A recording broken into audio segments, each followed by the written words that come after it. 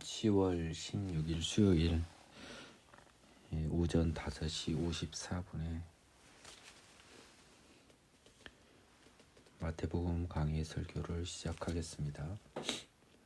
먼저 여러분과 함께 기쁜 소식을 하나 전한다면, 지금 현재까지 제가 약 몇 회죠? 여러 차례에 걸쳐서 녹음을 한 이 강의 설교를 비롯한 이 제가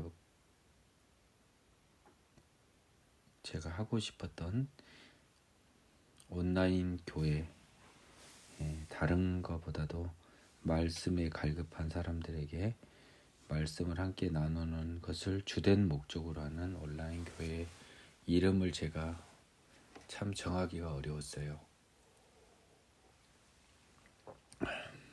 이름은 의미가 크잖아요. 저는 내심 제가 많이 정하려고 했는데 마음에 든 게 하나도 없었는데요. 어제 학교 채플 시간에 하나님께서 주신, 제가 기도를 했습니다. 신기하게도요. 기도를 했고, 그래서 받은 교회 제목이 페어링 교회입니다. 여러분 페어링 아시죠?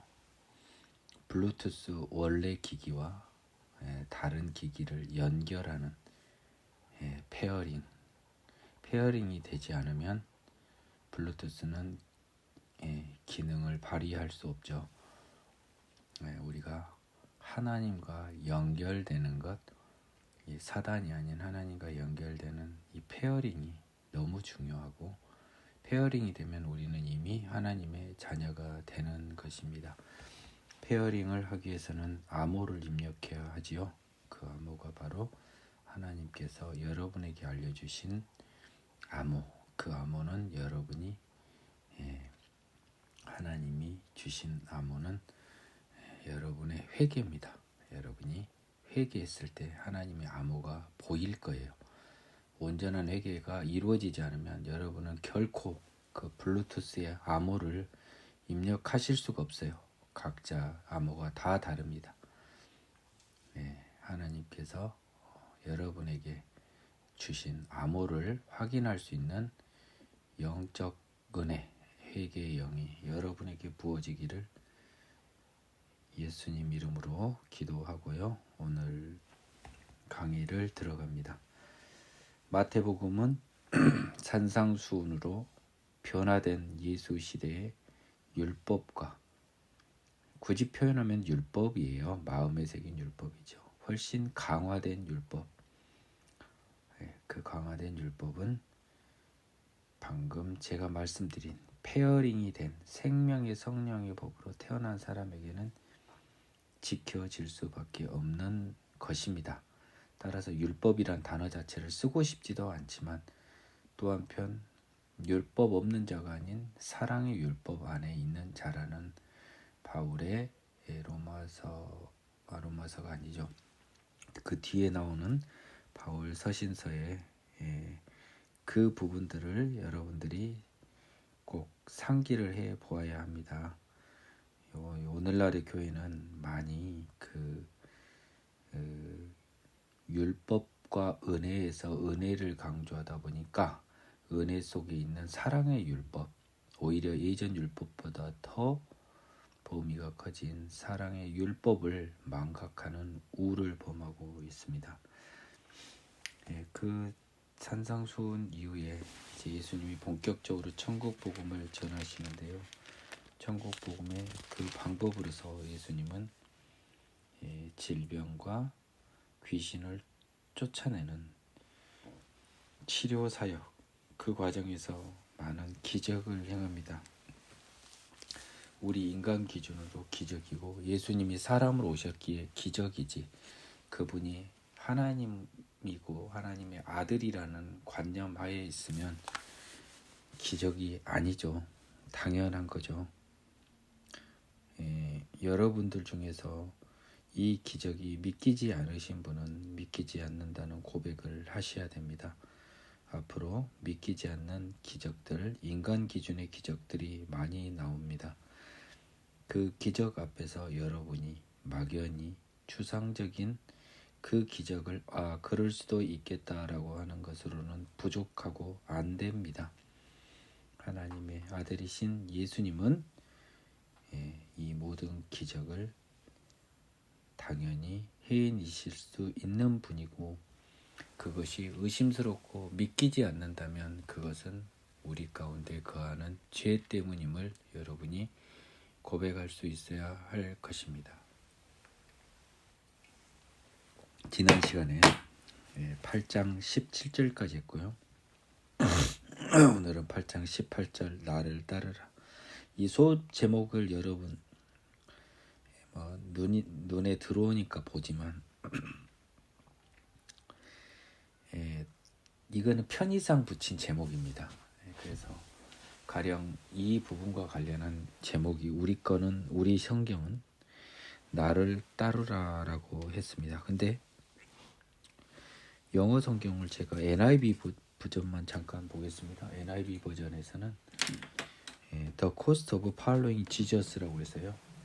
예수님을 따르는 비용이라고 해서 예수님을 따라가기 위해서 우리가 치료해야 될 대가라는 의미로 이 제목이 써졌어요. 그러니까 이 각자 나라에 번역한 사람들이 편의상 이 붙여놓은 두루마리 앞에 제목에 대해서 여러분들이 그 큰 의미를 두지 마세요. 이 제목들은 그 대부분은 두루마리가 바뀔 때 나옵니다. 각 두루마리에 대한 주제, 그 두루마리는 이제 점 표시된 거예요. 시작할 때. 그리고 두루마리가 아니더라도 장을 표시할 때는, 장이 바뀔 때는 가끔 제목도 나옵니다. 그래서 대부분은 주로 두루마리랑 연결이 되어 있는 것을 여러분이 눈치를 챌 수 있어야 됩니다. 편의상 부여된 제목이라는 것도 제가 알았어요. 왜냐하면 우리 번역은 전부 전적으로 이 영어 원문을 보면은 그것에 기초한 번역이거든요. 근데 이 제목만큼은 똑같이 NIV 성경이나 킹 제임스 버전 같은 이 제목하고 우리 제목이 너무 달라요. 그러니까 우리가 성경을 우리 한국에서 번역하면서 우리 한국식으로 우리나라 사람들이 잘 알아먹을 수 있는 제목을 이렇게 부여하신 것 같아요. 번역하신 분들이. 그래서 이 킹 제임스 버전에서는요, 이 제목이 또 제자의 길이라는 제목으로 되어 있습니다. 나를 따르라. 예수를 따라감에 있어서 필요한 희생. 제자의 길. 다 똑같은 말인 거예요. 그러니까 그래서 이 제목이라고 하는 것이 그렇게 부여된 것이기 때문에요. 이건 제목이 원래 성경에 있는 게 전혀 아님을 여러분이 유의하시기 바래요. 그리고 심지어 장절의 구분도요. 원래는 없었던 것으로 보입니다. 적어도 장의 구분은 없었던 것으로 보여요. 절은 구분이 돼 있을 수 있었는지는 제가 잘 모르겠네요. 예수께서 지난 시간까지 다시 한번 확인합니다. 8장 도입부에서 나병 환자가요, 믿음으로 깨끗함을 받았고요. 백부장이 자기의 부하 하인을 고침을 받았고요. 베드로가 그의 장모가 고침을 받았습니다. 예수께서 무리가 자기를 애워싸는 것을 보시고 건너편으로 가기를 명하시니라라고 했습니다.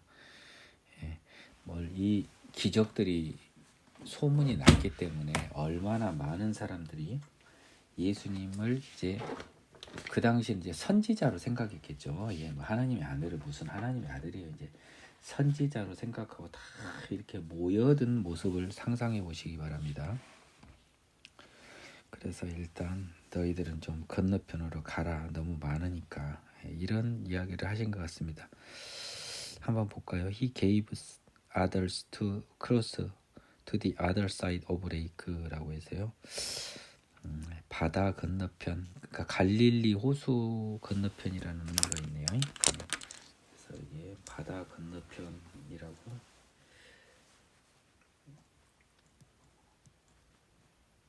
그렇게 보는 게 맞아요. 예, 당연히 우리 번역하시는 분도 그걸 알고 지금 이야기를 썼어요. 근데 다만 이 건너편이라고 하면 당연히 바다겠지라고 했는데 빠져 있습니다. 그래서 제가 방금 확인을 해봤던 거고요. 그래서 많은 사람들을 보고 야 이제 나는 혼자 있고 싶으니까 너희들은 가라라는 느낌이 좀 있습니다. 그런 느낌이 있어요. 그때 한 서기관이 나와 예수께 아뢰되 선생님이여 어디로 가시든지 저는 따르리이다 라고 합니다. 예수께서 이르시되 여우도 굴이 있고 공중에 새도 거처가 있으되 인자는 머리 둘 곳이 없다 하시더라 라고. 이 질문과 대답은 질문은 우리가 쉽게 이야기할 수 있는데요. 대답은 참 이해하기가 어렵습니다. 이 서기관은 여러분들이 잘 아시겠지만요. 그 성경을 필사하면서 또한 율법을 가르치는 사람들이에요. 그래서 예수님이 이제 자기의 랍비로 모시려고 기적을 행한 예수님께 자기가 제자가 되겠다라고 이야기를 합니다. 예수님이 여우나 새에 비해서 나는 머리 둘 곳이 없다. 즉 머리 둘 곳이란 말은 거처를 말하는 거 아닙니까? 잠자는 곳. 여우도 잠자는 데가 있고요. 새도 다 쉬는 자기 집이 있지만 나는 내 집이 없다라고 합니다.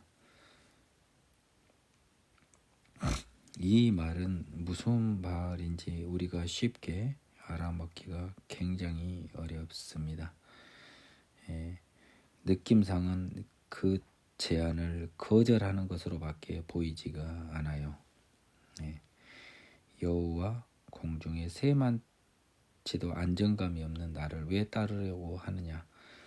나는 거처가 없는 사람이다. 기적 앞에 눈이 어두워 나를 따르려 하지 마라. 쉽지 않다. 이런 느낌이 들고요. 제자 중에 또 한 사람이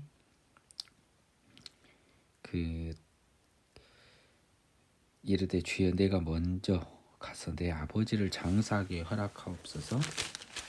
예수께서 이르시되 죽은 자들이 그들의 죽은 자들을 장사하게 하고 너는 나를 따르라 하시니라.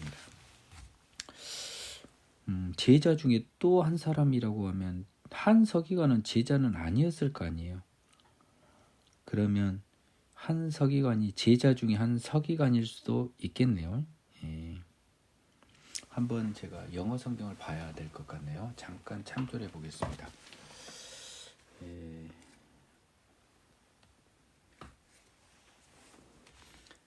A certain scribe라고 해서요. 뭡니까? 킹 제임스 버전에서는 A certain scribe라고 했습니다. 19절은요. 어떤 서기관. 22절에서는 역시 여기서도 Another of his disciples라고 했습니다. 그래서 왠지 느낌에는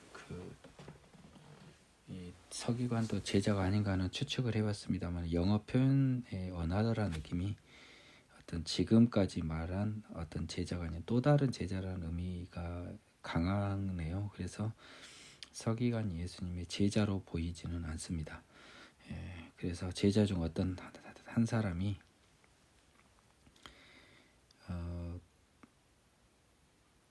이 내가 먼저 가서 내 아버지를 장사하게 허락하옵소서라고 했는데 이것도 다시 또 자세히 보니까 먼저 가다라는 의미가 뭔지 매우 궁금합니다. 그래서 영어 성경을 한번 보겠습니다. For Lord first, let me go and bury my father라고 했습니다. 동일한 표현을 한번 NIV 성경에서 보겠습니다.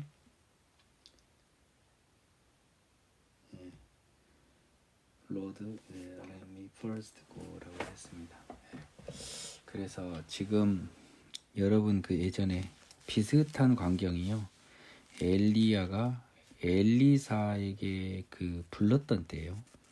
잠깐 시간을 달라고 했던 그런 걸 생각하고 기억하고 계시죠? 여러분 열왕기서에서 엘리사를 부른 엘리야의 장면을 상상을 해 보시면요. 이 지금 나를 따르라라는 이 제자의 길에서 첫 번째 서기관은 거절을 당했고요. 어떤 사람은 내가 가서 내가 먼저 가서가 아니라 우선은 제가 가서 아버지 장사하게 허락하다 그러면 아버지가 지금 돌아가신 거예요. 그러니까 딴 거 따르고 뭐 다 필요 없이 우선은 먼저 장사를 하게 하고 갈게요. 이 장례가 얼마나 중요한 일입니까? 세상에서 가장 중요한 일 아닙니까? 자식된 도리로서 이건 동서고금을 막론하고 굉장히 중요한 세레모니잖아요. 그런데 예수는 뭐라 그러냐면 거절합니다. Follow me and let the dead bury their own dead라고 그래서 죽은 사람들이 그들의 그 죽은 사람을 장사하게 하고 너는 나를 따르라라고 되어 있거든요. 그 말은 뭔 말이냐면요. 이 죽은 자들이 그 죽은 자라고 하면요. 이 예수님의 이 구원, 하나님의 구원의 굉장히 독특한 면을 여러분이 봐야 됩니다. 아버지 이미 죽었습니다. 근데 그 장사를 하고 이미 끝나버린 겁니다. 그래서 예수님 이 말씀은요, 우리가 아는 그 장례식이라고 하는 것이요, 본질적으로 큰 의미가 없다는 의미도 조금은 들어갑니다. 하지만 그게 다가 아니에요. 하지만 매우 중요한 세리머니지만 너는 죽고 싶지 않지, 너는 살고 싶지, 그러면 너는 중요하긴 하지만 그 장례식은 구원받지 못할 죽은 자들의 몫으로 남겨두고 너는 생명을 찾아 떠나라. 아버지의 장례를 치르는 그 세상에서 가장 중요한 일보다 나를 따르는 것이 더 중요하다라는 의미입니다. 이 두 짧은 대구 구조에서요. 어떤 사람은 가겠다고 하는데 오지 말라고 하고요. 힘을 쫙 빼버립니다. 20절에서. 또 어떤 사람은 가고는 싶은데 지금 너무 급한 일이 있으니까 좀 천천히 갈게요. 우선은 가서, 먼저 가서라기보다 우선은 가서 그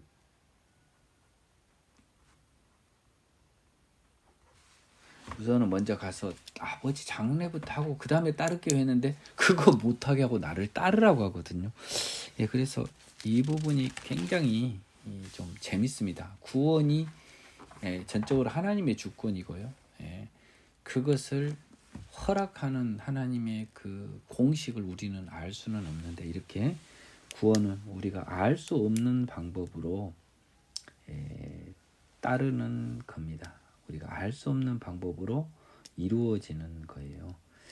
영어 성경 NIV 버전에서 The Cost of Following Jesus라고 해서요. 이 예수님을 따르는데 필요한 이 희생 앞에 서기관은 포기를 합니다. 그리고 제자는요. 아버지의 장례를 치르지 않더라도 예수님을 따랐다라는 느낌이 딱 보이죠. 안 써졌습니다. 지금 서기관은 안 따랐고 제자는 결국 따랐다는 말은 다 생략이 돼 있는데 우리는 그렇게 추정을 해보게 볼 수 있겠습니다. 이제 또 문단이 바뀌었습니다. 두루마리가 배에 오르심에 제자들이 따랐더니 바다에 큰 놀이 일어나 배가 물결에 덮이게 되었을 때 예수께서는 주무시는지라 그 제자들이 나와 깨우며 이르되 주여 구원하소서 우리가 죽겠나이다. 예수께서 이르시되 어찌하여 무서워하느냐 믿음 작은 자들아 하시고 곧 일어나사 바람과 바다를 꾸짖으시니 아주 잔잔하게 되거늘 그 사람들이 놀랍게 여겨 이르되 이가 어떠한 사람이기에 바람과 바다도 순종하는가 하더라.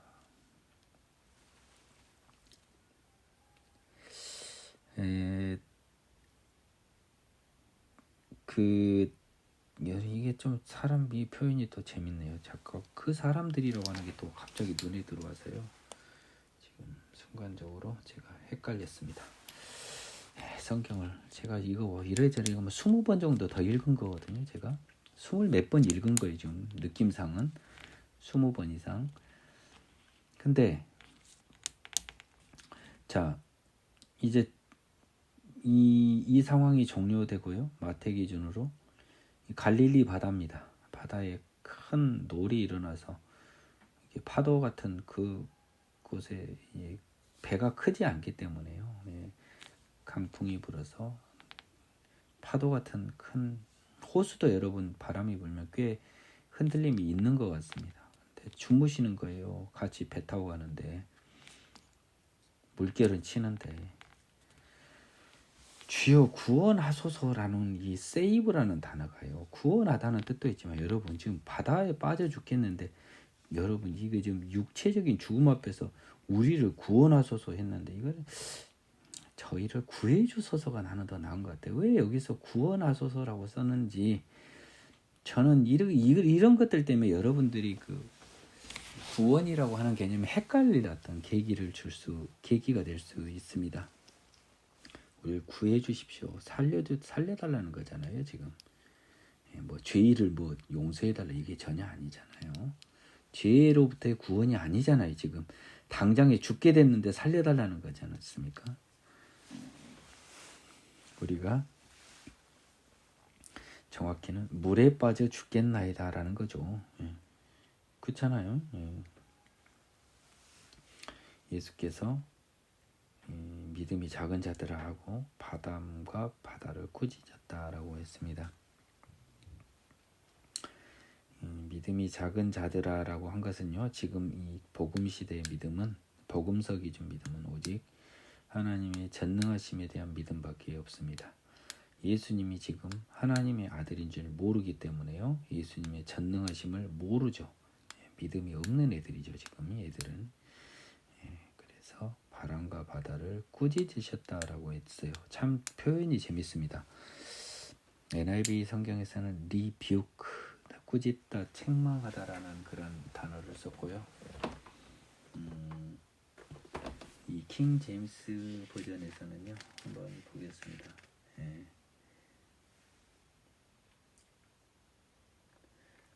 똑같이 리뷰크라는 동사를 썼거든요. 그렇다면 진짜 꾸짖다는 거거든요.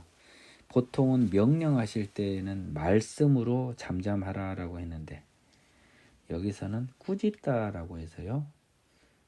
약간 이 바다와 바람을 책망하는 느낌의 말씀인 거죠. 결국 이것도 여러분들이 꾸짖으시니에 집중할 게 아니고 말씀으로 바다가 잔잔하게 되었다라는 것을 관념할 수 있어야겠습니다. 그런데 27절이 우리를 헷갈리게 합니다. 지금 이 문제는 disciples가 주어예요. 지금 25절은요. 제자들이잖아요. 근데 27절은 주어가 그 사람들입니다. The man, 이 man의 복수인 men이라고 되어 있습니다. 그래서요. 이게 마태가요. 은근히 약간 은유적인 비유가 들어가 있는 것 같아요. 예수님을 믿지 않았다고 26절에서 꾸짖어 버렸잖아요. 예수님이 나의 능력을 믿음이 작은 자들 하니까 이미 제자들이 아니에요. 믿음이 작은 자들은 제자들이 아니잖아요. 그래서 이 제자들이라는 단어 대신 제자들이 놀랍게 여기에 이르되가 맞거든요. 이 사람이 바뀌지 않았습니다. 지금 제자들하고 달랐잖아요. 그래서 제자들은 너희들은 진짜 제자 자격이 적어도 이 절에서만큼은 없다라고 따끔하게 혼내는 느낌이 저는 있습니다. 그래서 사람들이 놀랐다라고 사람들로 샥 바꿔버렸어요. disciples를 the man으로 바꿔버렸습니다. 이가 어떤 사람에게 바람과 바다도 순종하는가 하더라 하니 모르는 거잖아요. 이가 어떤 사람인지 그 사람들이 되는 겁니다. 제자면 이가 하나님의 아들인 걸 알아야 됐는데 라고 뒤늦게 후회하는 마태의 마음이 조금 보여지고 있습니다. 28절 또 예수께서 건너편 가다라 지방에 가시며 귀신 들린 자 둘이 무덤 사이에서 나와 예수를 만나니 그들은 몹시 사나워 아무도 그 길로 지나갈 수 없을 지경이더라. 이에 그들이 소리질러 이르되 하나님의 아들이여 우리가 당신과 무슨 상관이 있나이까 때가 이르기 전에 우리를 괴롭게 하려고 여기 오셨나이까 하더니 마침 멀리서 많은 돼지떼가 먹고 있는지라. 귀신들이 예수께 간구하여 이르되 만일 우리를 쫓아내시려면 돼지떼에 들여보내 주소서 하니 그들에게 가라 하시니 귀신들이 나와서 돼지에게로 들어가는지라. 온 때가 비탈로 내리다라 바다에 들어가서 물에서 몰사하건을 치던 자들이 달아나 시내에 들어가 이 모든 일과 귀신 들린 자의 일을 고하니 온 시내가 예수를 만나려고 나가서 보고 그 지방에서 떠나시기를 간구하더라.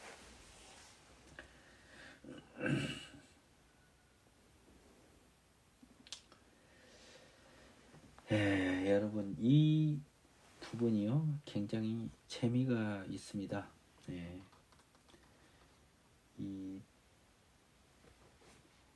지금 예수님께서요 아까 뭡니까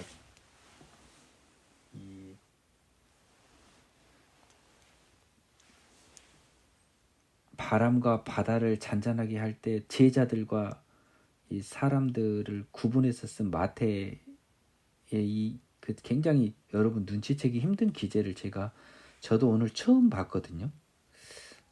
근데 눈에 들어왔습니다. 오늘 처음에. 근데 이 28절에서 34절은 여러분 이 마태가 비슷한 기교를 또 부리고 있는 걸 저는 이거는 알았습니다. 얼마 전에 알았는데 아주 오래전 아닙니다. 잘 보십시오. 그러니까 바닷가를 기준으로 왔다 갔다 동그란 바다니까요. 왔다 갔다 이제 하는데 지방을 이 갈릴리 호수 주변에서 배를 타면 가까이 갈 수 있지만 걸어가면 돌아가야 되지 않습니까? 그래서 이 건너편 가다라 지방에 가시면 대부분 내 느낌이 배를 타고 간 느낌이에요. 그래서 귀신 들린 사람들이 무덤에서 나옵니다. 그래서 이들이 뭐라고 이야기하냐면 하나님의 아들이여 라고 해서 지금 그들은 뭡니까? 그러면 주어를 잘 보라는 거예요. 귀신 들린 사람입니다. 영어로 데이라고 써져 있어요. 귀신 들린 두 사람입니다. 지금. 그래서 귀신 들린 두 사람이 하나님 아들이여 우리가 당신과 뭔 상관이 있나이까 때가 이르기 전에 우리를 괴롭게 하려고 여기 오셨나이까 합니다. What do you want with us, son of God? 지금 우리한테 뭘 원합니까 이 말이죠. 정확하게는 무슨 상관이 있나이까는 우리한테 뭘 원합니까 도대체.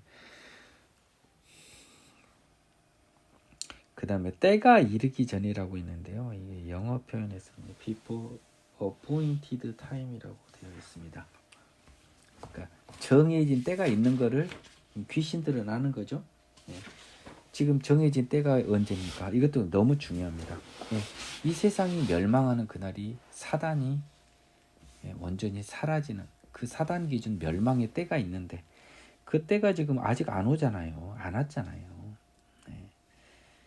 이 세상 종말은 아직 안 왔죠. 근데 때가 이르기 전에 우리를 괴롭게 하려고 여기 오셨나이까 하고 사단은 귀신에 사로잡힌 사람은 여러분 잘 보십시오.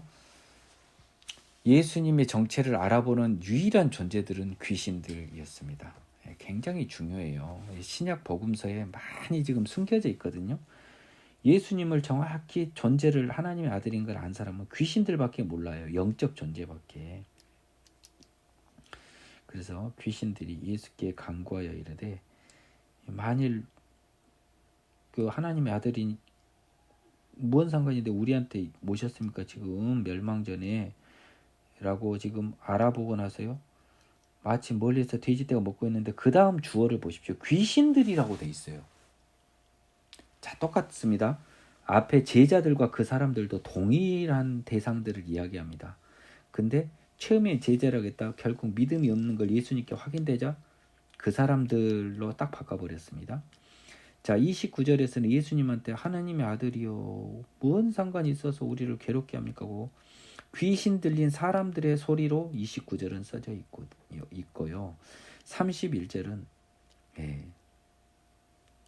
드디어 더 구체적으로 결국 예수께 이야기를 하는 이 사람은요, 그 사람들이 아닌 그 사람 속에 있는 귀신들이라고 해서 비록 그들이 말을 하더라도 귀신 들린 사람이 말을 하더라도 그 말하는 주체는 귀신이다라는 의미로 귀신이 말을 한 것처럼 이렇게 써놨습니다. 영어 성경에서도요. 그 데먼스 베기드라고 해서요. 귀신이 강구한 것처럼 써져 있어요.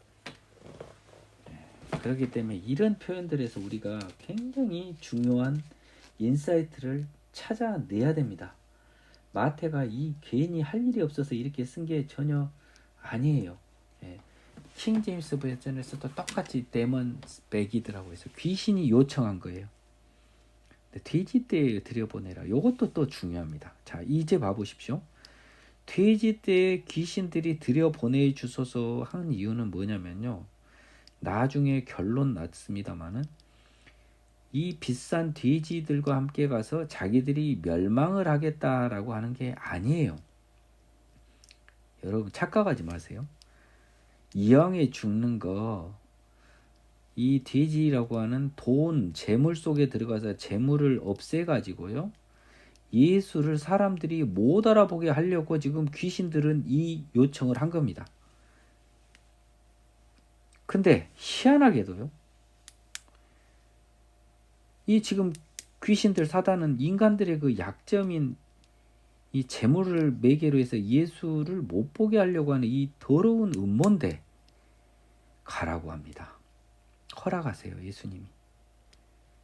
그래서 그냥 돼지가 몰살을 당해버립니다. 이 예수님 왜 허락을 했냐는 거예요. 예수님은요, 적어도 자신을 드러내려고 하지 않아요.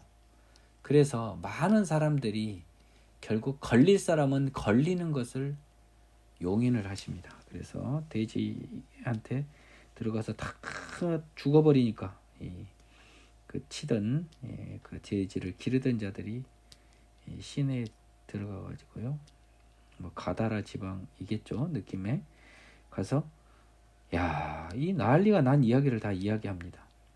그리고 중요합니다. 귀신 들린 자의 이를 고하니라고 해서요, 여기에서는 지금 안 나왔는데 다른 복음서에 보면요, 이 귀신들이 온전해져 버린 겁니다.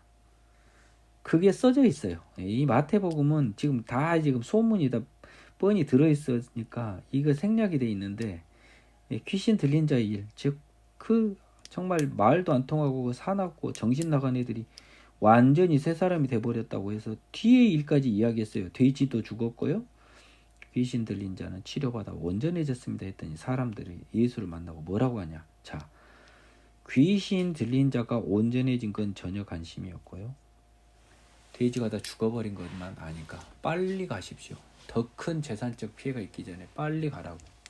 당신이 귀신을 쫓아낸 건 별 관심 없는 거예요. 이것이 우리 인간의 모습입니다. 죄인의 모습이요. 하나님의 아들을 재물 때문에 놓쳐버리는 아주 재밌는 케이스가 나와 있어요. 그리고 인간의 약점을 가장 잘 이용하는 사탄의 속성이 나와 있습니다. 9장, 예수께서 배에 오르사 건너가 본동네에 이르시니라고 했습니다. 이 본동네는 주로 예수님이 활동했던 가버나움을 말하는데, 자, 이게 왜 이 본동네가 제가 좀 헷갈렸어요. 본동네는 나사렛으로 볼 여지가 있지 않습니까? 왜냐하면 오운타운이라고 영어로 써졌거든요. 근데 이게 누가복음 2장에 동일한 기재가 나오는데요, 그때 장소는 가버나움이 나옵니다. 누가복음 2장이에요. 누가복음 2장에서 반복이 됩니다. 그래서 주로 활동을 가버나움에서 많이 하셨는데, 또 신기하게 나중에 보면 이 가버나움이 안 믿어요, 사람들이. 그래서 저주를 받죠. 심판 때 시돈과 두로 땅이 너보다 더 나을 거야, 이런 거 있지 않습니까? 뭐 벳세대야 뭐 이러면서 어디 뭡니까 심판 때 소돔과 고모라 땅이 너보다 나을 거라고 저주받는 대표적인 도시 중에 하나가 가버나움인데, 이 가버나움에 예수님이 참 많은 활동을 하세요. 굉장히 많은 기적이 이 동네에서 있습니다. 침상에 누운 중풍병자들을 사람들이 데리고 오거늘 예수께서 그들의 믿음을 보시고 중풍병자에게 이르시되 작은 자야 안심하라 네 지사함을 받았느니라 라고 합니다. 요 비하인드 스토리는 누가복음을 여러분이 나중에 참조해 보시면요, 사람이 너무 많아서 데려올 수 없어서 문 앞에도 못 가니까, 예수님은 방 가운데 있는데 문 앞에도 못 가요. 그러니까 당시 유대의 기준에 천장 지붕을 뚫고 침대에 달아 그대로 내립니다. 이 누워있는 사람을요. 그래서 그들의 믿음을 보시고, 믿음은 무엇에 대한 믿음이냐면 전능하심에 대한 믿음입니다. 아직까지는요. 아직 예수님 십자가 지지도 않았고 부활하시지도 않았고 무엇보다 성령이 안 왔어요. 따라서 로마서 4장, 로마서 8장에 말한 믿음은 이 당시에는 적어도 일반적으로 관념할 수 없는 상황입니다. 여러분은 복음서를 보면서요, 복음서의 믿음과 예수 부활과 성령 강림 이후의 믿음을 구분하실 수 있어야 돼요. 복음의 믿음은요, 구약 시대의 믿음입니다. 지금 복음서 기준. 아직 예수님은 아무 일도 안 했다니까요. 십자가 지고 부활하고 성령 내려 보내주신 게 본업이지, 지금 이 세상에 와서 이 정도 기적은 선지자들도 했어요. 여러분 구약을 잘 보세요. 그러니까 이 믿음이란 단어를 여러분이 혼동하지 마시길 바래요. 그래놓고 이 믿음을 보시고 중풍병자에 이르시되 야 작은 자야 안심하라 네 죄 사함을 받았느니라. 또 어떤 서기관들이 속으로 이르되 이 사람이 신성을 못 얻어가도다. 예수께서 그 생각을 하시고 이르되 너희가 어찌하여 마음에 악한 생각을 하느냐. 이것도요 나중에 누가복음에 보면, 그리고 영어 성경을 보면 in spirit, 그러니까 예수님이 그 성령으로 그 마음속을 보았다라고 하는 것이 나와요.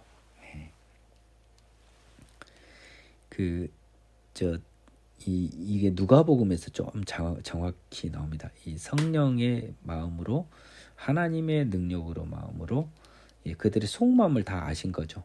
그러니까 그들의 속마음을 본 건 다 여러분 인간 예수가 어떻게 합니까? 하나님 예수가 딱 보여야 돼요. 그래서 어찌하여 마음에 악한 생각을 하냐. 지금 지가 뭔데 죄사함을 받았다고 신성모독이죠. 사람이 죄사함을 할 권한이 없잖아요. 하나님밖에는.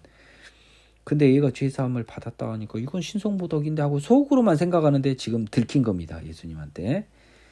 그러면서 네 죄사함을 받았느니라 하는 말과 일어나 걸어가라 하는 말 중에 어느 것이 쉽겠느냐라고 합니다. 마가복음 보면 일어나 침상 들고 걸어가라라는 말까지 나와 있죠. 그러나 인자가 세상에서 죄를 사하는 권능이 있는 줄을 너희로 알게 하려 하노라 하시고 중풍병자에게 말씀하시되 일어나 네 침상을 가지고 집으로 가라 하시니 그가 일어나 집으로 돌아가거든 우리가 보고 두려워하며 이러한 권능을 사람에게 주신 하나님께 영광을 돌리니라 라고 했습니다. 그래서 예수님께서 작은 자야 죄사함을 받았느니라고 한 말이 왜 했다고 나와 있습니까? 6절에 나와 있죠. 세상에서 죄를 사하는 권능이 있는 줄을 너희로 알게 하려나 인자가 라고 했습니다. 그러면 여기서 인자는 뭐가 되는 거예요? 퀴즈입니다. 퀴즈. 하나님 또는 하나님의 아들이죠. 왜냐하면 세상에서 죄를 사하는 권능은 하나님한테밖에 없잖아요. 그리고 유대인 기준으로 아버지와 아들은 동일합니다. 같습니다. 그래서 여러분들이 이 인자라고 하는 표현에서요, 가장 관념을 해야 될 게 뭐냐면요, 하나님이 아들이라는 뜻의 그 인간적인 부분의 예수의 모습을 많이 표현하는 건데, 여기서 인자는 그런 인간의 모습을 하고 있지만 버트가 생략되어 있습니다. 사실은 하나님이다라고 하는 거죠. 내가 사람 모습하고 있지만 죄 사하는 권능이 있는 하나님의 아들인 줄로 너희로 알게 하노라. 여기에 딱 숨겨져 있습니다. 그래서 사람들은요, 하나님께 영광을 돌린다라고 두려워하면서요, 이 말이 써졌는데 나중에 보면 생각보다 이 가버나움 사람들이요, 예수를 인정하지 않았던 듯한 느낌이 들어요. 여전히 믿음은 예수님이 하나님이고 전능한 하나님이다라는 믿음인데, 그 당시 누가 인간의 몸으로 온 예수를 보고 하나님을 관념할 수 있겠습니까? 기껏 해봐야 능력이 대단한 엘리야를 능가한 선지자일 것이다 라고 생각하지 않았을까요? 네. 예수께서 그곳을 떠나 지나가시다가 마태라는 사람이 세간에 앉아있는 것을 보시고 이르시되 나를 따르라시니 일어나 따르니라. 예수께서 마태의 집에서 앉아 음식을 잡수실 때 많은 세리와 지인들이 와서 예수와 그의 제자들과 함께 앉았더니 바리새인들이 보고 그의 제자들에게 이르되 어찌하여 너희 선생은 세리와 죄인들과 함께 잡수시네. 예수께서 들으시고 이르시되 건강한 자에게는 의사가 쓸데없고 병든 자에게라야 쓸데있느니라. 너희는 가서 내가 긍휼을 원하고 제사를 원하지 아니하노라 하신 뜻이 무엇인지 배우라. 나는 의인을 부르러 온 것이 아니요 죄인을 부르러 왔노라 하시니라.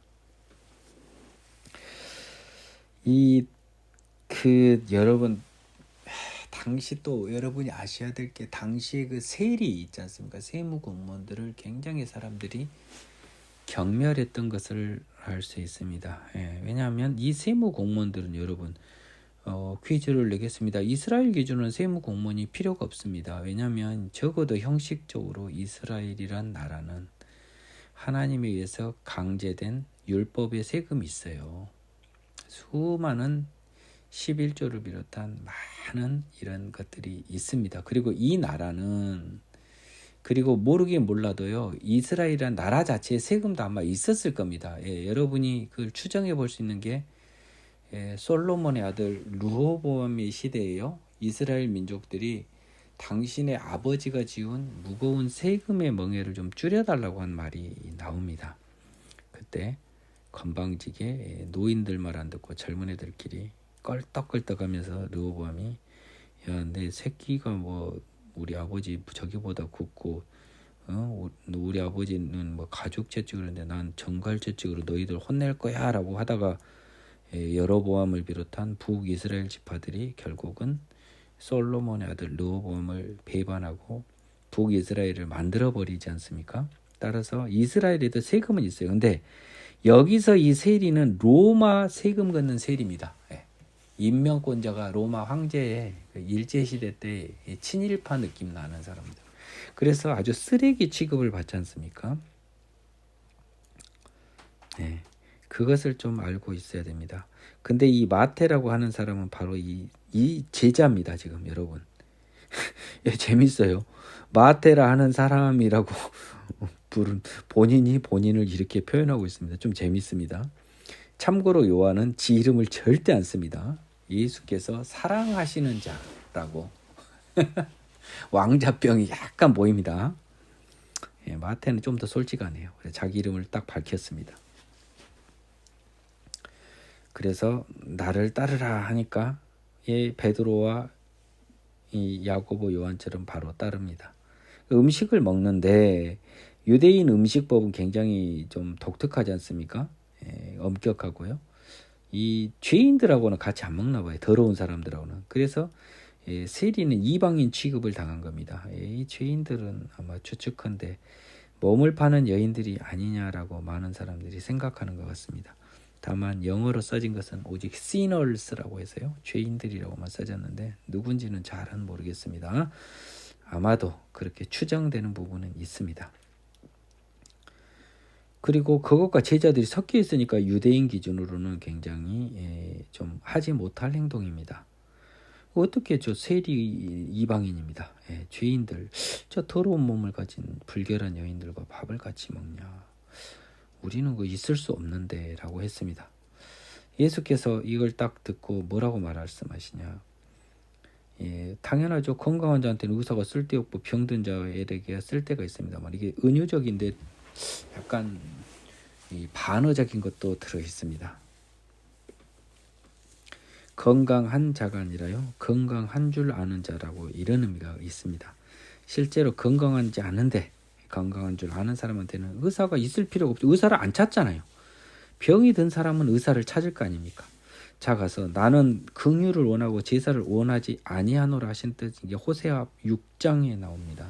6장 6절이에요. 잘 봐보십시오. 자, 긍휼을 원하고 제사를 원하지 아니한다. 자, 긍휼은 뭐냐면요. 여러분 이제 제사도 좀 여러분들이 좀 알아야 됩니다. 예, 개인적으로 제가 레이기에 들어가게 되면 풀어드릴게요. 그리고 여러분들이 그때까지는 좀 참으시고요. 개인적으로 아마 제가 오늘 교회 이름을 어제 제가 받아냈기 때문에 이제 인터넷에 페어링 교회라는 이름으로 제가 교회를 만들고요. 그곳에 제 이름과 제 어떤 직업 그리고 제 어떤 사무실에 관한 작은 정보가 있을 겁니다. 혹시 그 전까지 못 기다리고 궁금하신 분은 개인적으로 오시거나 그곳에 혹시 제가 제 메일 주소를 남겨놓을 수 있으니 그걸 통해서 문의를 하시기 바랍니다.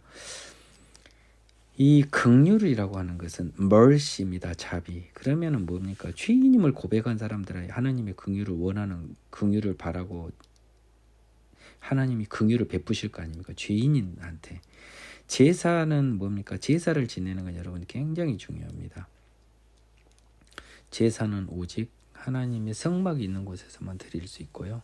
그곳은 거룩하기 때문에 누구든지 그곳에 오기 위해서는 반드시 드려야 하는 선결 제사가 있습니다. 그것은 바로 속죄제입니다. 레이기 때 제가 풀어드릴 텐데요.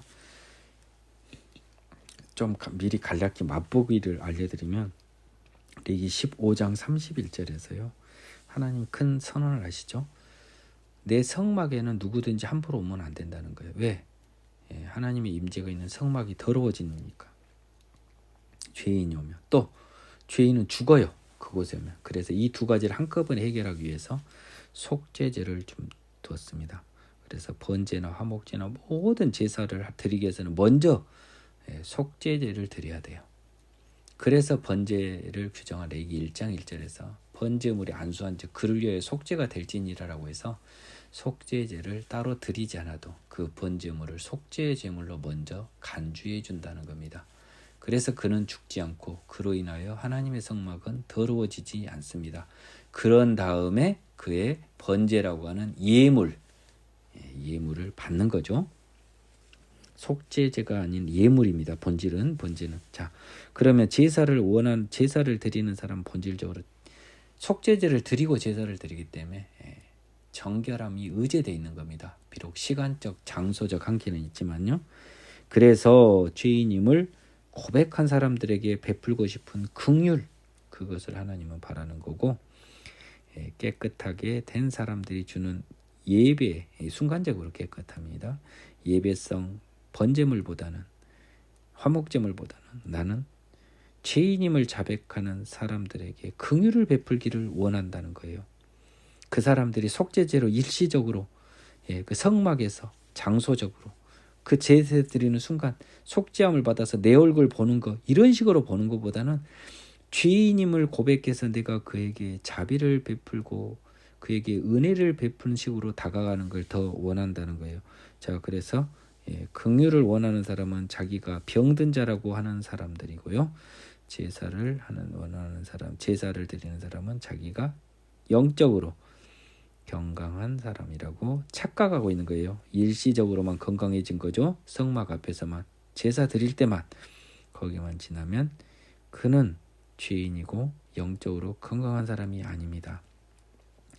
따라서 나는 의인을 부르러 온 것이 아니고 죄인을 부르러 왔죠. 의인은 근데 있어요, 없어요? 없죠, 한 명도. 그러므로 12절에 건강한 자는 없습니다. 그래서 건강한 줄로 착각하는 사람에게는 이라고 풀면 맞겠죠. 14절 들어갑니다. 그때 요한의 제자들이 예수께 나와 이르되 우리와 바리새인들은 금식하는데 어찌하여 당신의 제자들은 금식하지 아니하나이까. 예수께서 그들에게 이르시되 혼인집 손님들이 신랑과 함께 있을 동안에 슬퍼할 수 있느냐. 그러나 신랑을 빼앗길 날이 이르리니 그때는 금식할 것이니라. 생배조와 낡은 옷에 붙이는 자가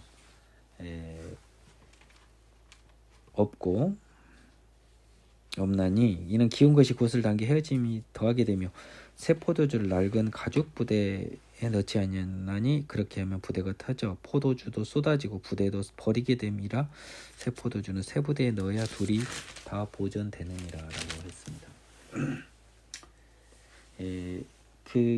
요거는 두 가지 중요한 논점이 있습니다. 여러분들이 금식이라고 하는 것이죠.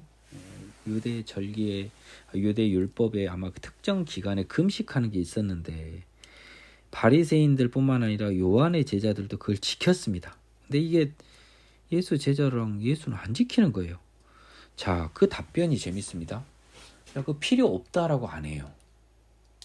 재밌습니다. 뭐라고 하냐?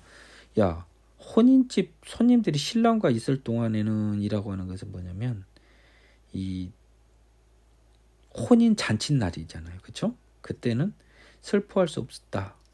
근데 신랑을 빼앗길 날이라고 비유했지만 잔치가 끝나는 날이겠죠. 지금 이 신랑이 지금 예수님이에요, 여러분. 이게 비유적으로 따지면. 근데 여러분들이 자꾸 나중에 또 언급합니다. 자꾸 여러분 예수님 신랑하면 여러분 그 신부만 생각을 하는데 여기 보십시오. 여러분 신부가 금식한 게 아니 혼인집 손님들이라고 표현하고 있잖아요. 제자들을.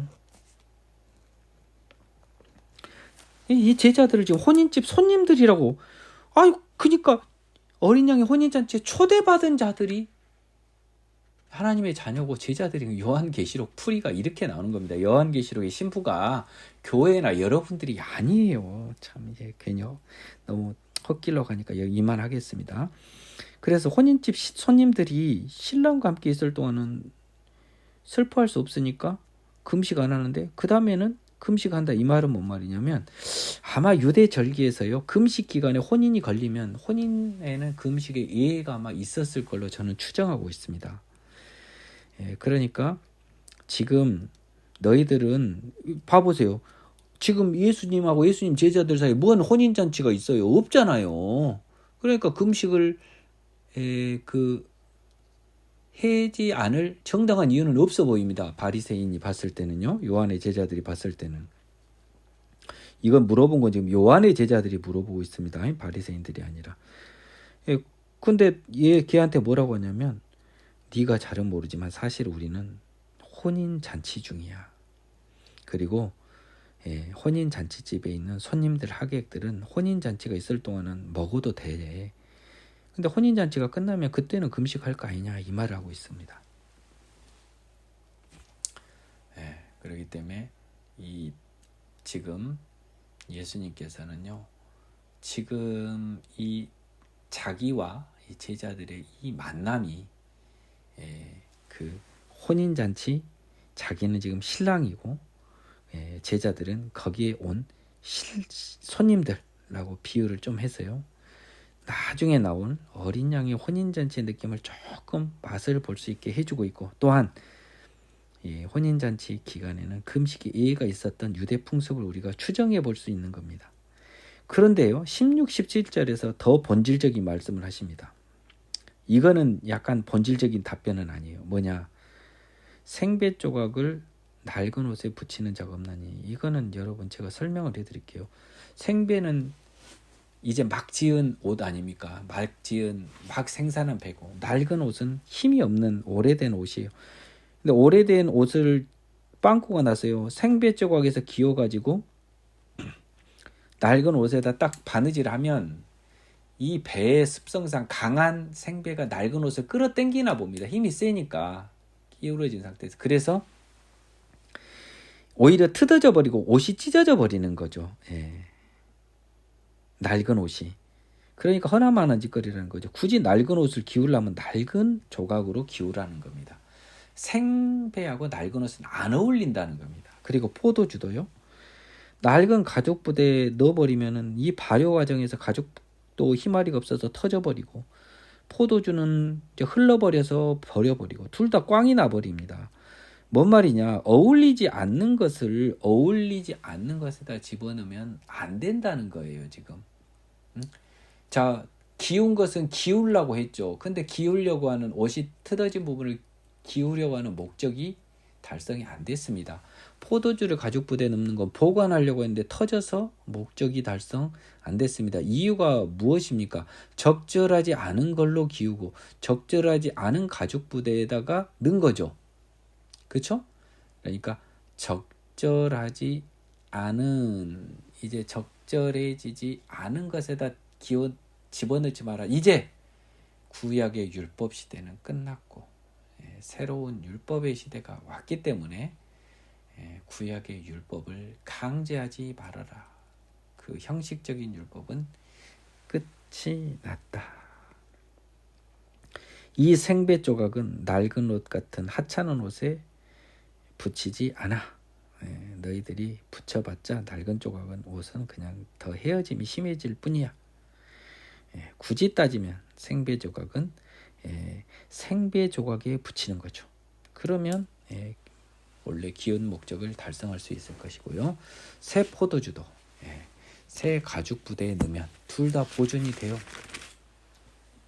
그래서 예수님께서 신약의 시대를 선포하고 계십니다. 참 진도가 너무너무 안 나가지만 어쩔 수 없네요. 오늘은 9장까지만 해야겠습니다. 예수께서 이 말씀을 하실 때 한 관리가 와서 절하며 이르되 내 딸이 방금 죽었사오나 오셔서 그 몸에 손을 얹어 주소서. 그러면 살아나겠나이다 하니. 자, 다시 한번 이제 노파심에 언급을 하면요. 이거는 요한의 제자들한테 한 거 아닙니까? 그래서 믿음의 길을 가려고 하는 사람들에게 한 거예요. 뭔 말이냐? 이제 예수 시대가 시작이 됐으니까 구약의 한계에서 벗어나라 이 요한의 제자들아라고 이야기하고 있는 거예요. 자꾸 금식 안 한다고 세상 안 무너진다. 근데 걔들을 너무 무시하는 거 미안하잖아요. 그래서 야, 지금은 혼인잔치 중이니까 금식하는데 신랑 빼앗길 날, 혼인잔치가 끝나는 그날은 금식할 거야. 그렇지만 이제 잘 생각해봐라. 그걸로 끝이 아니에요. 그렇지만 언젠가는 금식이라고 하는 것도 새로운 예수 시대의 율법에서는 의미가 없는 것일 것이라는 거예요.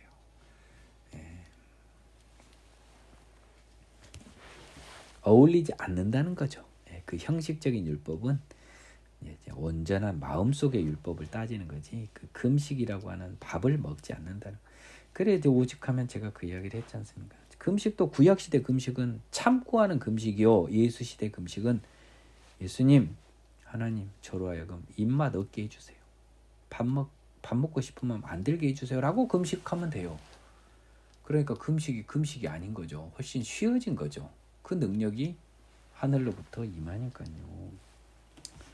예수께서 이 말씀하실 때 한 관리가 와서 절하며 이르되 내 딸이 방금 죽었사오나 오셔서 그 몸에 손을 얹어 주소서. 그러면 살아나겠나이다 하니 예수께서 일어나 따라가시매 제자들도 가더니 12해 동안이나 혈루증으로 앓는 여자가 예수의 뒤로 와서 그 겉옷가를 만지니 이는 제 마음에 그 겉옷만 만져도 구원을 받겠다 함이일러라. 예수께서 돌이켜 그를 보시며 이르시되 딸아 안심하라 네 믿음이 너를 구원하였느니라 하시니 여자가 그 즉시 구원을 받으니라. 예수께서 그 관리의 집에 가서 피리 부는 자들과 떠드는 무리를 보시고 이르시되 물러가라 이 소녀가 죽은 것이 아니라 잔다 하시니 그들이 비웃더라. 무리를 내보낸 후에 예수께서 들어가서 소녀의 손을 잡으시며 일어나는지라 그 소문이 온 땅에 퍼지더라라고 했습니다. 이 말씀을 하실 때에라고 했으니까 지금 그 금식 논쟁을 하고 있는 그 두루마리 14절과 18절은 시간적으로 이어지는 상황입니다. 똑같은 날 한 말씀인데 똑같은 날 비슷한 시각에 이루어진 일인데 지금 먹이 떨어져 버렸는지 종이가 없었는지 아무튼 한 패러그래프에 못 쓰고요. 이 두루마리가 바뀌었습니다. 관리가 왔는데 이 사람은 그 다른 복음서에 보면 뭐냐면요, 그 회당장이라고 했습니다. 예. 그래서 이 유대 시대 뭡니까 그저 시너고그라고 하는 그 회당에 오직 성전에서만 이 예배를 드린 게 아니고요. 이미 그건 완전히 무너져 버렸고 회당에서 이 유대식 예배를 드렸던 것 같고요. 거기에는 리더 장이 있었을 것입니다. 그 중에 한 사람입니다. 그 사람이 자기 딸이 죽었으니까 손을 얹어서 살아나겠다. 이 사람은 이제 뭐 어떤 유형적인 힘, 손을 이런 형식을 좀 갖춘 이런 예수님의 그 기적을 기대한 거죠. 선지자예요 지금. 다만 전능한 선지자고. 자, 선지자를 믿는 것은요, 여러분 왜 이게 믿음이 예수를 선지자로 보고 이 믿음을 믿음이라고 보냐면 선지자는 그 능력으로 고칩니까? 하나님의 사람으로서 하나님의 능력으로 고칩니까? 하나님의 능력으로 고치고요. 따라서 선지자가 하나님의 사람이라는 전제에서 그 기적을 기대하는 것은 하나님의 전능하심에 대한 믿음이 있는 것입니다.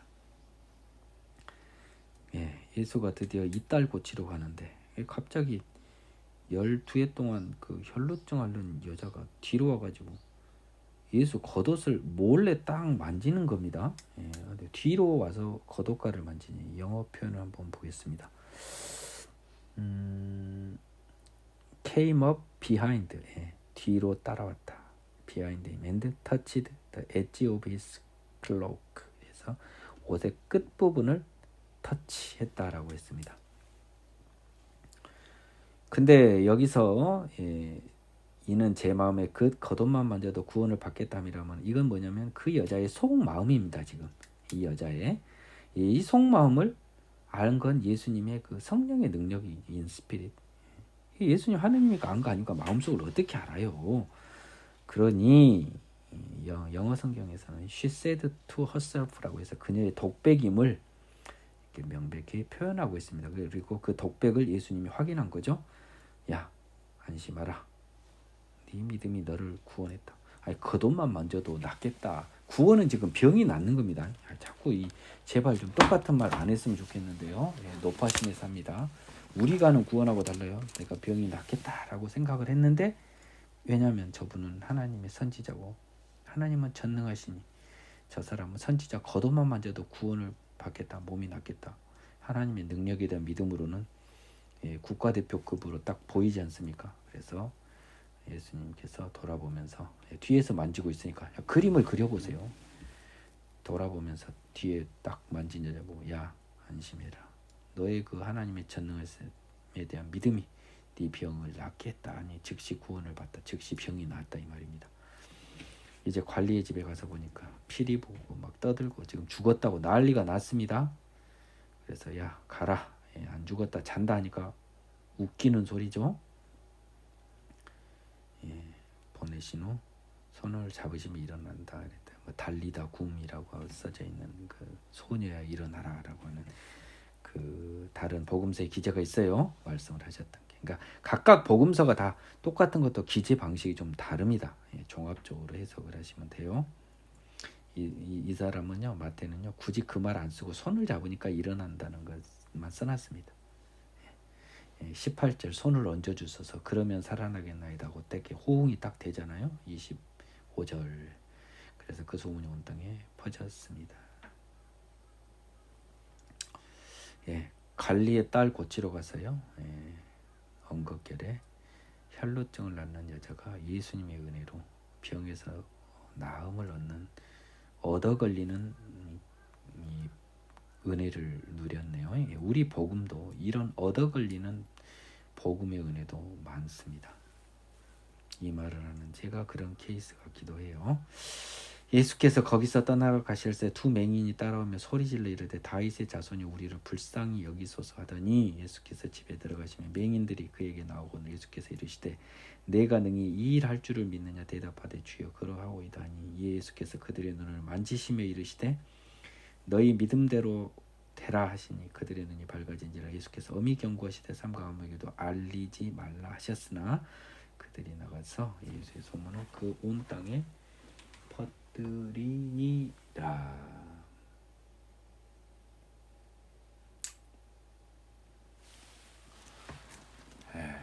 여러분 이 구절에 나온 이 기적이요, 지금까지 나온 기적 중에 가장 믿기 어려운 기적입니다. 여러분 눈을 못 보는 이 장애인들을 여러분들은 한번 상상을 해보시고요. 저 같은 경우 특히 더 그게 다가오는데요. 이 눈을 못 보는 이것은 정말 모든 것을 잃어버린 겁니다. 세상 기준으로는요. 모든 것을 잃어버렸다고 좀 지나친 표현이지만 어마어마한 핸디캡으로 세상을 살아가야 돼요. 근데 그 맹인들이 우리를 불쌍히 여기소서라고 했습니다. Have mercy on us라고 해서 자비를 베풀어달라, 불쌍히 여겨달라. Son of David, 다윗의 자손이다. 라면 여러분 여기서 제일 중요한 단어가 바로 다윗의 자손입니다. 유대인들 기준으로 메시아는 다윗의 자손으로 온 걸로 봤어요. 그건 알죠? 그래서 이 사람에게 감히 이미 끊겨버린 다윗 왕가를 대신해서 다윗의 자손이라고 했으면 이 사람들은 이 선지자 예수가 메시아급의 선지자로 굉장히 믿음을 가지고 있는 거죠. 하나님의 전능하신 능력을 가진 선지자급, 메시아급 선지자 예수님. 근데 예수께서 집에 들어가 버렸더니 그들이 와서 이제 만났습니다. 야, 내가 이 일을 할 줄을 믿느냐라고 물어봤습니다. 주여 그라오이다. 이 말씀이 굉장히 중요합니다. 제가 아까 이야기했지 않습니까? 맹인의 눈을 뜨는 건 정말 더 믿기 어려워요. 그래서 이 일을 할 줄을 믿느냐라고 했더니 이 정도로 물어본 케이스가 거의 없거든요. 예수님이 그 질병 치료와 관련해서. 왜냐하면 원하시면 저를 깨끗하게 하십니다. 나병 환자도 있지만 원하는 이 깨끗함을 받으라 이렇게 나와 있지. 먼저 예수님께서 내가 이 일을 할 수 있을 줄 믿느냐라고 하니까 그러하오이다라고 했습니다. 자, 이 장님이 눈을 뜬다고 하는 거 상상하기가 제 혀가 이렇게 상상하기가 쉽지 않아요. 근데 이 장님들은 도대체 뭔 근거로 지들이 앞을 볼 수 있다고 생각했을까요? 이것은 지금 여러분은 보이지 않지만 지금 하나님이 이들을 통해서 이 기적을 만들어내기 위해서 이들이 순간적으로 이 하나님의 은혜의 도구로 사용이 돼버린 겁니다. 그래서 예수님한테 나아갔던 거예요. 이들이 뭘 알고 지금 나가요? 지금 보지도 못한 애가 듣기만 한 애가 뭔 다윗의 자손이요. 무엇보다 자기들이 앞을 못 보는데 눈을 볼 수 있다고 하는 이 상상과 이 기대를 할 수 있는 것은 어디서 옵니까? 하나님이 은혜를 준 겁니다. 이 믿음의 은혜를 준 거예요. 하늘로부터 내려온 큰 믿음의 은혜. 이들은 완전히 덧입혀져서요. 성령의 일시적인 임함이 이런 형태인 겁니다. 성령의 일반적인 임함은요, 모든 사람에게 누구에게나 하나님이 허락한 누구에게나 온전히 영원히 그 성령 임할 때 임한 사람 죽을 때까지 임하고, 구약의 성령이 임하는 방식, 지금도 지금 구약입니다. 굉장히 일시적이고 개별적입니다. 특히 일시적이에요. 대부분의 사람에게는. 그래서 이 사람들이 지금 그 상태에 있음을 여러분이 아셔야 됩니다. 그러니까 주여 그러하다 하니까요. 이 믿음이 대단한 믿음 아닙니까? 눈을 만지니까 믿은 대로 되라라고 했습니다. 눈이 밝아졌습니다. 근데 예수님은 알리지 말라고 그래요. 이게 굉장히 중요해요. 이사야 선지자가 말했지만 메시아는 몰래 오고 그 정체를 드러내지 않습니다. 드러내지 않으려고 해요. 왜냐? 오직 하나님이 부르신 자들에게만 은혜의 복음이 전해지게 하는 하나님의 놀랍고도 무서운 섭리가 숨어 있습니다. 그지만 그들은 소문을 퍼뜨립니다. 그래도 예수를 믿는 사람은 많지 않아요. 그것은 오직 하나님이 영의 눈을 열어준 사람에게만 허락이 됩니다. 단 하나 굉장히 재밌는 건 여러분들의 마음속에 들어가지 않았지만 저를 기준으로 생각해 보건대 이 기적이 믿깁니까? 여러분 안 보인 눈이 보일 수 있어요? 안 믿기면 안 믿긴다고 고백하세요. 예수님은 외과적인 처치 방법으로 안과 의사의 수술 방식으로 눈을 뜨게 해주시지 않습니다. 그분은 하나님이시기 때문에 그에게 새로운 눈을 순간적으로 만들어 주실 수 있어요. 이것을 관념하지 못하는 사람들은 하나님의 능력을 전혀 모르는 사람이고 믿음의 세계에 들어올 수 없으니 먼저 하나님의 전능하심에 대한 창세기 1장 1절에 대한 믿음이 여러분이 것이 될 수 있도록 기도하세요. 기도해서 받아내시고 죄에서 벗어나서 받아내시고 회개하여 받아내셔야 됩니다. 여러분 입으로 머리로 관념으로 생각해봤자 힘은 하나도 없을 것이고 그 사실을 누구보다 온전히 다시 태어나지 못한 여러분이 양심상 고백하실 거라고 저는 봅니다. 거기에 머물러 있으면 안 됩니다. 어떻게 해야 되나? 같이 성경을 통해서 배워보도록 하십시오. 여러분이 성경을 통해서 찾아내도록 하십시오. 그들이 나갈 때 귀신 들려 말 못하는 사람을 예수께 데려오니 그래서 이 두 명이 다 고침을 받고 나가니까 이제 또 벙어리를 데려옵니다. 근데 이건 또 재밌습니다. 앞에 합본 본 사람은 귀신 들려서 앞을 못 본다라고 하지 않았습니다. 이번에는 귀신 들려 말 못하는 사람을 데려왔습니다. 귀신이 쫓겨나고 말 못하는 사람이 말하니거늘 무리가 놀랍게 여기되 이르되 이스라엘 가운데서 이런 일을 본 적이 없다 하되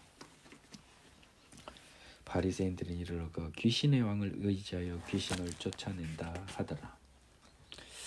자, 이 말을 못하게 된 것이요. 귀신한테 사로잡혀서 말을 못하는 경우도 있었나 보고요. 여기서 제가 좀 시간이 늦었지만 하나 언급하자면 예수님 시대에 유난히 귀신 들린 이야기가 많이 나옵니다. 귀신 쫓겨난 이야기도 많이 나오고요. 유난히 예수님의 본질적인 사역이 바로 이 사탄의 세력을 이기고 잠재우고 멸하는 것이기 때문에 유난히 그 시경 귀신 들린 형태의 질병이나 사람들이 많이 등장하는 것입니다. 여러분들이 이걸 조금 유심히 볼 필요가 있어요. 유난히 많습니다. 성경에. 그래서 여러분들이 이거 그냥 쑥 지나가면 안 되고요. 결국은 그 당시 이 사단의 세력을 멸하러 오셨던 예수님의 본업이 본질적인 임무, 하나님의 아들의 본래적인 역할, 그리고 여러분들 여기서 뭘 해야 되냐면 뭔가 잘못된 부분에 있어서는 항상 사단의 역사가 있을 수도 있고 그것이 내 안에서도 역사할 수 있고 내 안에 역사하는 그 사단으로부터 벗어날 필요가 있겠다는 것을 이렇게 보여주고 있어요. 눈치 좀 채시기 바랍니다. 그래서 귀신이 쫓겨나서 지금 드디어 말을 하니까 벙어리가 이거 본 적이 없다 하되 이 반응이 두 가지로 나뉩니다. 바리새인들은 귀신에 의지하여 귀신을 쫓았는데 이건 나중에는 나중에 나옵니다. 자세한 설명 그때로 미룰게요. 뭐냐면 귀신을 쫓아낸 거 보면 쟤는 귀신의 왕이라는 거예요. 여기에 대한 예수님 답변이 뭡니까? 그러면 귀신의 나라가 서겠냐는 거예요. 귀신의 힘을 계속 유지하고 지켜내야지 어떻게 그들끼리 서로 싸우고 쫓아내고 이 귀신의 나라 안 서지 않냐. 적어도 이 세상 멸망까지는 귀신의 나라도 저그 나라의 위계질서를 가지고 유지되는데 너희들이 말하는 것은 그거는 상식에도 반하고 어리석은 말이다라고 하죠. 하지만 대다수의 사람들은 이런 거 본 적이 없다고 했습니다. 그래서 일반적으로 한 사람들은 하나님께 영광을 돌리는 사람들이 꽤 많고 시기하고 질투하는 사람들은 저건 귀신의 왕인가 본데 저거? 그러니까 저 귀신이 쫓아내지? 이런 단순한 생각, 시기 질투심에서 비롯된 어리석은 생각을 했던 것입니다. 무리를 불쌍히 여기시다. 예수께서 모든 도시와 마을에 두루 다니사 그들의 회당에서 가르치시며 천국 복음을 전파하시며 모든 병과 모든 약한 것을 고치시니라. 무리를 보시고 불쌍히 여기신 이는 그들이 목자 없는 양과 같이 고생하며 기진함이라. 이에 제자들에게 이르되 추수할 것은 많되 일꾼이 적으니 그러므로 추수하는 주인에게 청하여 추수할 일꾼들을 보내주소서 하라 하시니라.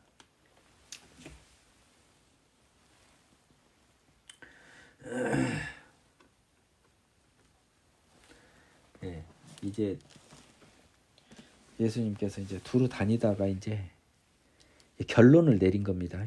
예, 막 질병도 치료하고요, 귀신도 쫓아내시면서 전국 복음도 전파하고, 또 해당에서 가르치면 뭘 가르치겠습니까? 구약 성경에 메시아의 필요성을 가르치신 거죠. 구약 성경, 너희들은 죄인이고 너희의 몸으로는, 너희의 힘으로는 그 죄로부터 벗어날 수 없다라는 이런 가르침을 딱 하고, 결론을 내보니까 뭐냐,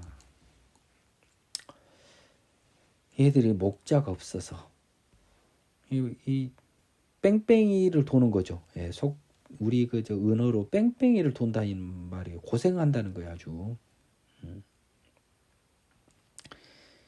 예, because they were harassed and helpless라고 해서요.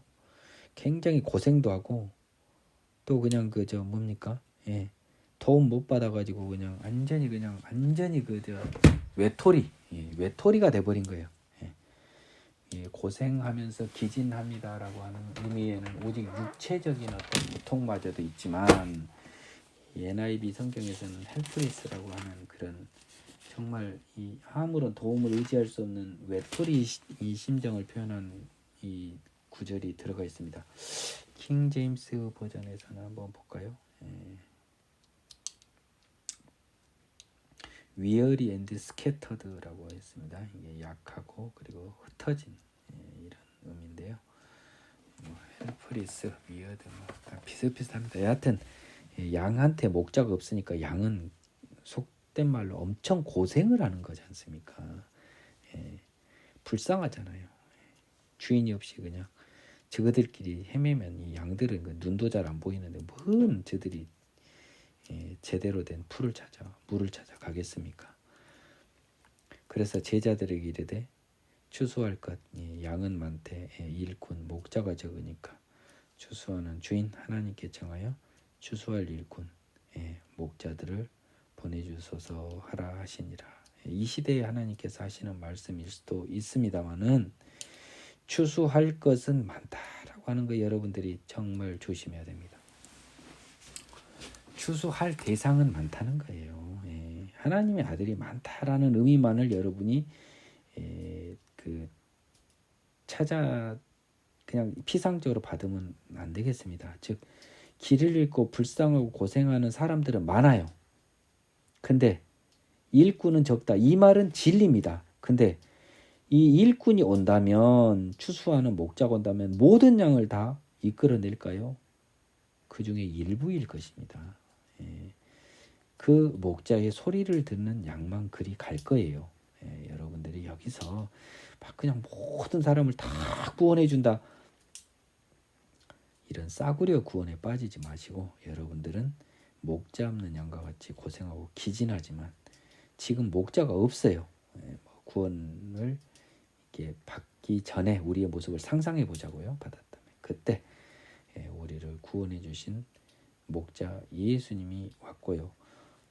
그러한 경험을 한 사람이라면 이제 너 역시 다른 길을 잃은 양들의 목자가 될 수도 있다라는 게 38절에 써졌는데, 보십시오.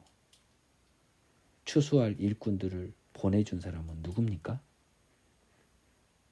주인입니다. 따라서 이 자격을 갖춘 목자, 추수할 일꾼, 자격 갖춘 목자는 하나님이 주시는 겁니다. 따라서 아무나 목자가 될 수 있는 게 아니에요. 이것은 그리고 당연히 되는 게 아니고 뭡니까? 구하라는 거죠. 기도하라는 겁니다. 그러니까 이거는 여러분 조심하십시오. 제자들한테 한 말입니다. 그리고 제자들한테 한 말이에요.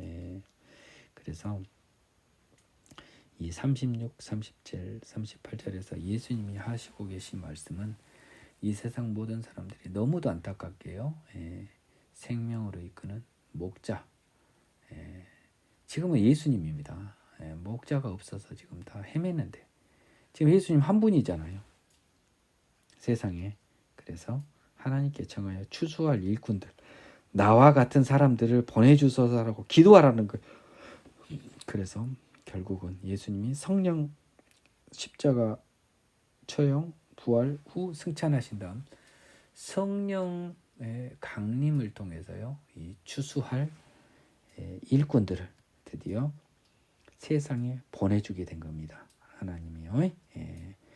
이런 모든 것들이 입체적으로 해석될 수 있어야 하겠습니다. 오늘은 여기까지 하겠습니다.